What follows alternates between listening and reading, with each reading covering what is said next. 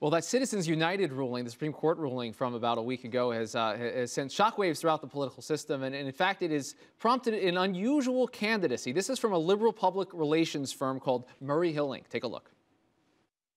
Thanks to an enlightened Supreme Court, corporations now have all the rights the Founding Fathers meant for us.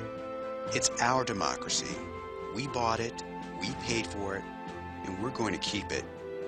That's why Murray Hill Incorporated is taking democracy's next step, running for Congress. The way we see it, corporate America has been the driving force behind Congress for years, but now it's time we got behind the wheel ourselves.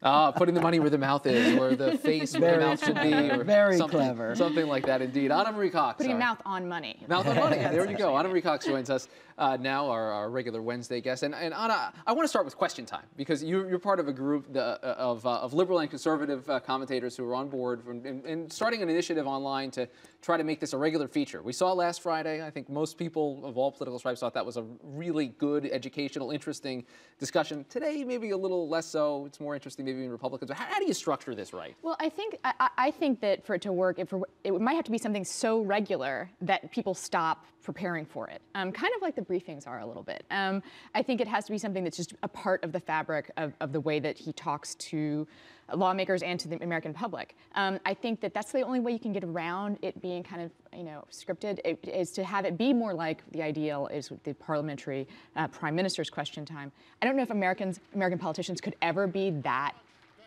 unscripted, but we could try. And so where does your movement go from here in terms of trying to get to that place?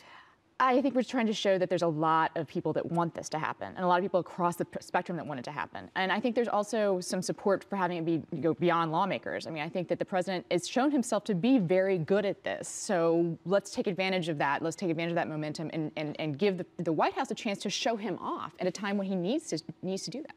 And indeed, they may end up making something of a regular feature. I think a lot of people really liked it. I want to ask you about the Don't Ask, Don't Tell movement this week. We had this extraordinary congressional hearings yesterday, where Bob Gates, as well as Admiral Mullen, talked about why this policy should be changed and phased out over time. Of course, Congress still has to act here. But and they made that very clear, that they no matter what their personal feelings were, they kept saying to the senators, you have to change this. There will be a policy change here. But do you get the sense, this went a little bit further than I expected, even given the language in the State of the Union, you get the sense that this is seen within the gay rights community as sufficient progress for the time being, at least? I think it's seen as a watershed moment. I don't think it's sufficient progress because there are still today people being forced out of the military because of their sexuality. So until that stops, it's not going to be progress. And I think there's something kind of odd about this stopgap measure that they've decided to do, which is to stop enforcing it quite so much.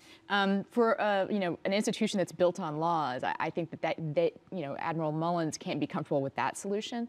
But it's a big, big deal. It is a huge deal for the top uniformed officer in the country to come out and say, not that this isn't working, not that we should change it because the country is changing. We should change it because it's wrong.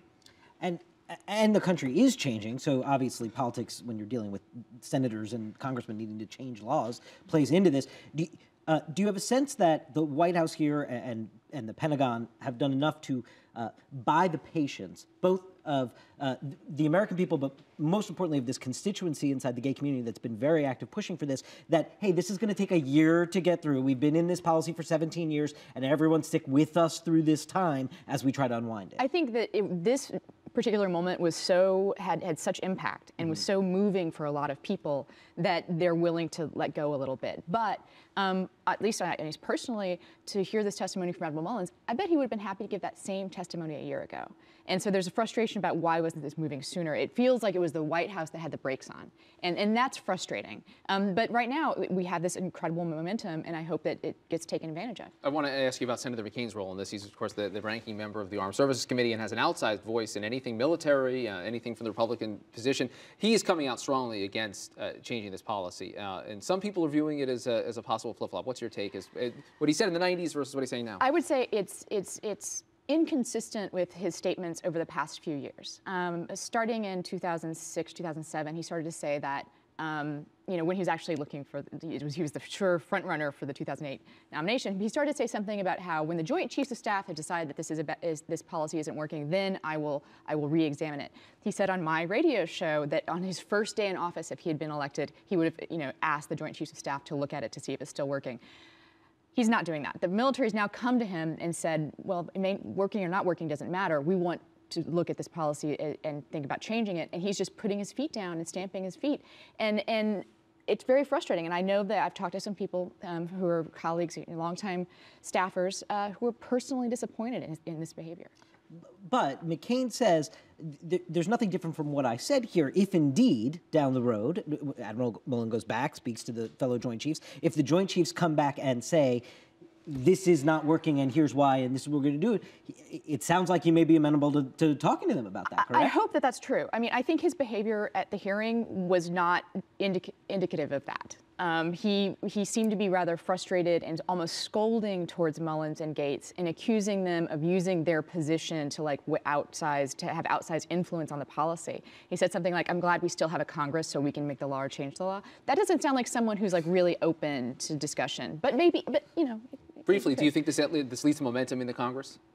I hope it does. I think that the testimony by Mullins and Gates have given enormous cover to moderates to be able to come out and as it were, in support of this. I think the testimony or the statements by McCaskill and Collins I think that's the kind of statements you're going to see from moderates, and those are statements that are leading towards repealing it. Yeah. Anna Marie Cox, tell the people where we can find the new website for Decision Time. It's demandquestiontime. Question Time.